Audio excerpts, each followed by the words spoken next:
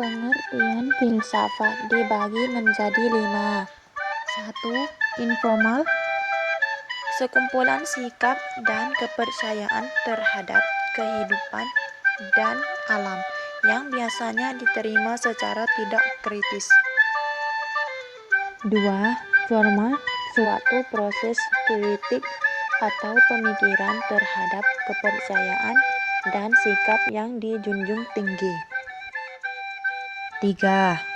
Komprehensif adalah usaha untuk mendapatkan gambaran secara keseluruhan. 4. Linguistik adalah analisa logis dari bahasa serta penjelasan arti kata dan konsep.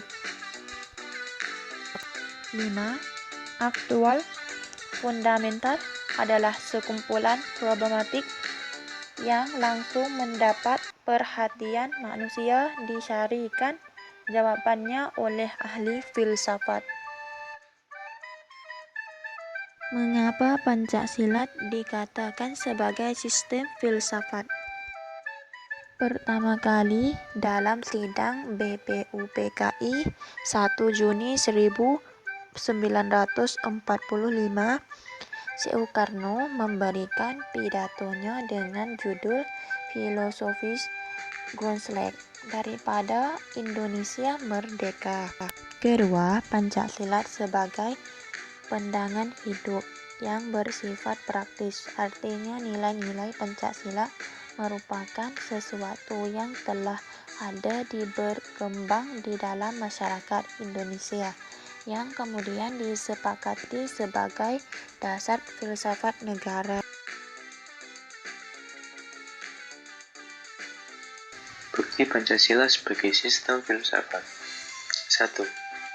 Pancasila sebagai sistem filsafat, bagian-bagiannya saling melengkapi dan tidak bertentangan serta mempunyai kedudukan dan fungsi tersendiri. 2. Pancasila merupakan suatu pola yang dapat mewadahi semua kehidupan dan dinamika masyarakat Indonesia. 3. Pancasila dirumuskan berdasarkan inti mutlak tata kehidupan manusia. 4.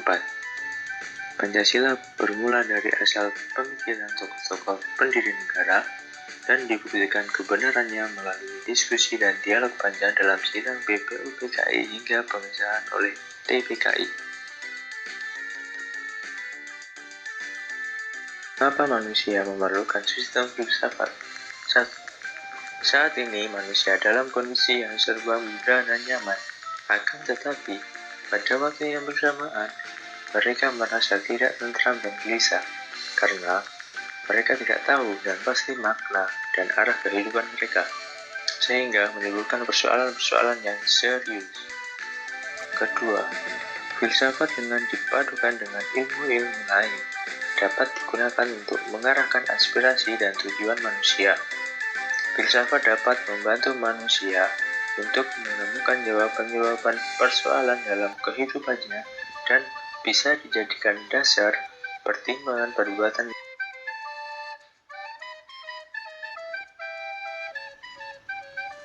Urgensi Pancasila dibagi menjadi 4, yaitu yang pertama, menjadi penanggung jawab rasional dan mendasar mengenai sila-sila dalam Pancasila sebagai prinsip politik.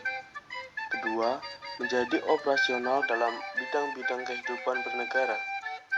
Yang ketiga, agar dapat membuka dialog dengan perspektif baru dalam kehidupan berbangsa dan bernegara.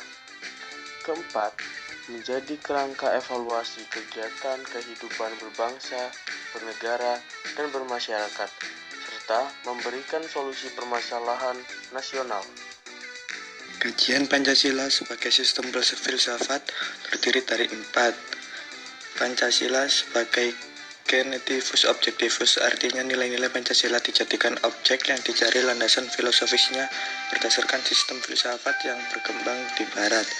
Pancasila sebagai genetivus subjektivus, artinya nilai-nilai dalam Pancasila digunakan untuk mengkritik atau memfilter berbagai aliran filsafat yang berkembang sebagai landasan ontologis. Sebuah pemikiran filosofis atas hakikat dan rasian sila Pancasila sebagai dasar filosofis negara Indonesia.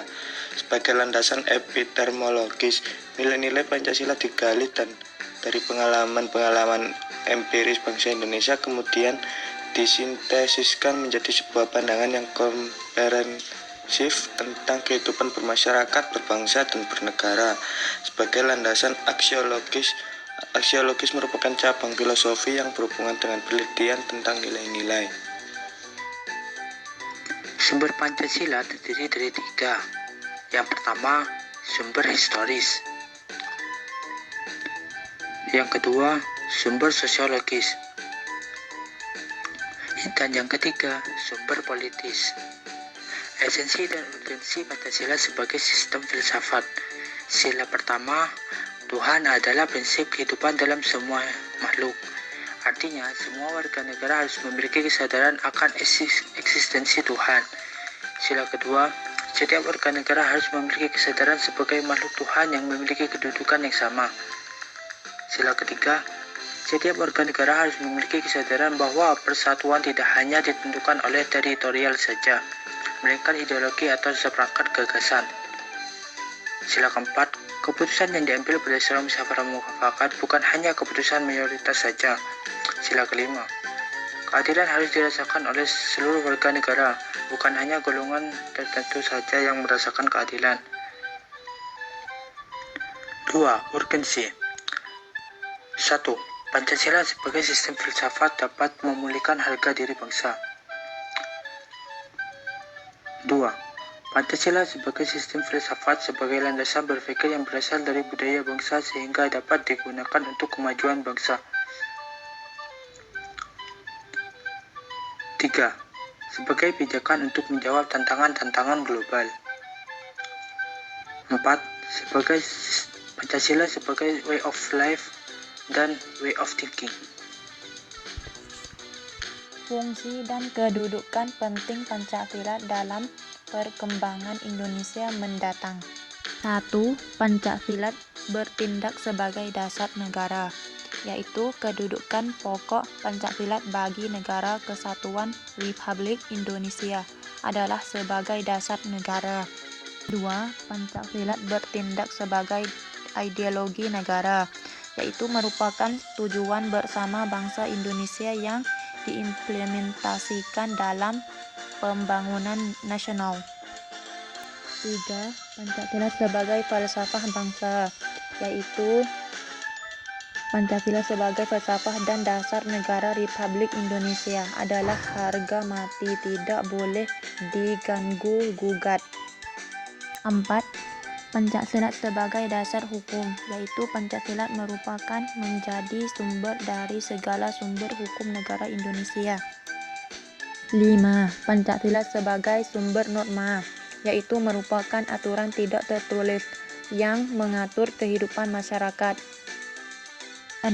Pancasila sebagai pandangan luhur bangsa, yaitu merupakan sebuah kesepakatan hasil rumusan para pendiri bangsa. Dalam proses perumusan Pancasila dilakukan lewat musyawarah mufakat dan saling menghormati usulan meski berbeda. 7. Pancasila sebagai cita-cita bangsa. Dilihat dari kedudukannya, Pancasila mempunyai kedudukan yang tinggi, yakni sebagai cita-cita bangsa. Nilai-nilai Pancasila merupakan konsep abstrak, dilihat sebagai type ideal yang menjadi cita-cita masyarakat.